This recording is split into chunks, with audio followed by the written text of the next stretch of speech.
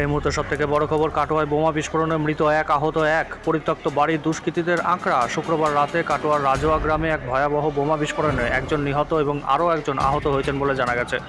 উত্তরপাড়ার একটি পরিত্যক্ত মাটির বাড়িতে এই বিস্ফোরণের ঘটনা ঘটে, যার তীব্রতায় বাড়িটি সম্পূর্ণ ভেঙে পড়েছে।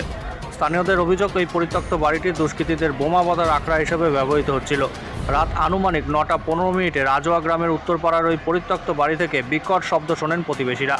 বাইরে বেরিয়ে তারা দেখেন আগুনের ঝলকানি এবং মাটির বাড়িটি ধূলিসাৎ হয়ে গেছে। সঙ্গে সঙ্গে তারা বুঝতে পারেন যে একটি বড় বিস্ফোরণ ঘটেছে এবং দ্রুত থানায় খবর দেন। খবর পেয়ে পুলিশ দ্রুত ঘটনাস্থলে পৌঁছায়। প্রথমে ধ্বংসস্তূপ থেকে আহত অবস্থায় একজনকে উদ্ধার করে কাটোয়া মহকুমা হাসপাতালে ভর্তি করা হয়। এরপর তল্লাশি চালিয়ে একজনের মৃতদেহ উদ্ধার করা হয়। প্রাথমিক তদন্তে পুলিশ জানিয়েছে, বোমা বিস্ফোরণের জেরেই এই দুর্ঘটনা ঘটেছে। স্থানীয়দের অভিযোগ, বীরভূম থেকে 3-4 জন দুষ্কৃতিকারী এই পরিত্যক্ত বাড়িতে বোমা বাঁধছিল এবং সেই সময় বিস্ফোরণ ঘটে। জানা গেছে, বাড়িটি মন্টু শেখ নামে এক ব্যক্তির ছিল। তার মৃত্যুর পর ছেলেরা বাড়িটি ফেলে অন্যত্র চলে যাওয়ায় এটি পরিত্যক্ত হয়ে পড়ে থাকে। পুলিশ বর্তমানে ধ্বংসস্তূপের নিচে আরও কেউ চাপা পড়ে আছেন কিনা তা খতিয়ে দেখছেন এবং রাতভর তল্লাশি অভিযান চালাচ্ছে। এই ঘটনায় গোটা গ্রামে আতঙ্ক ছড়িয়ে পড়েছে।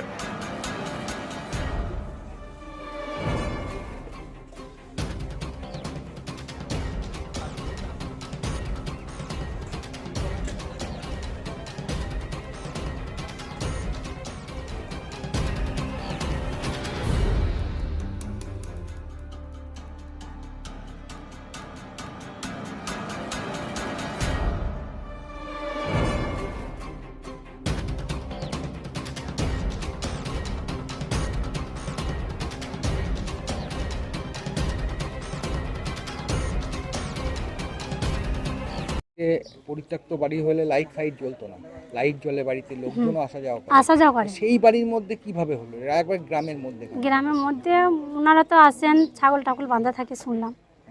তো ওনারা সন্ধ্যের দিকেও থাকেন, ওই ছাগল টাগল যে কোনো অসুবিধা হলে ওনারা রাত্রিতে যান, ওখানে খেয়ে ওখানে বাড়ি আছে, ওখানে শুতে যান।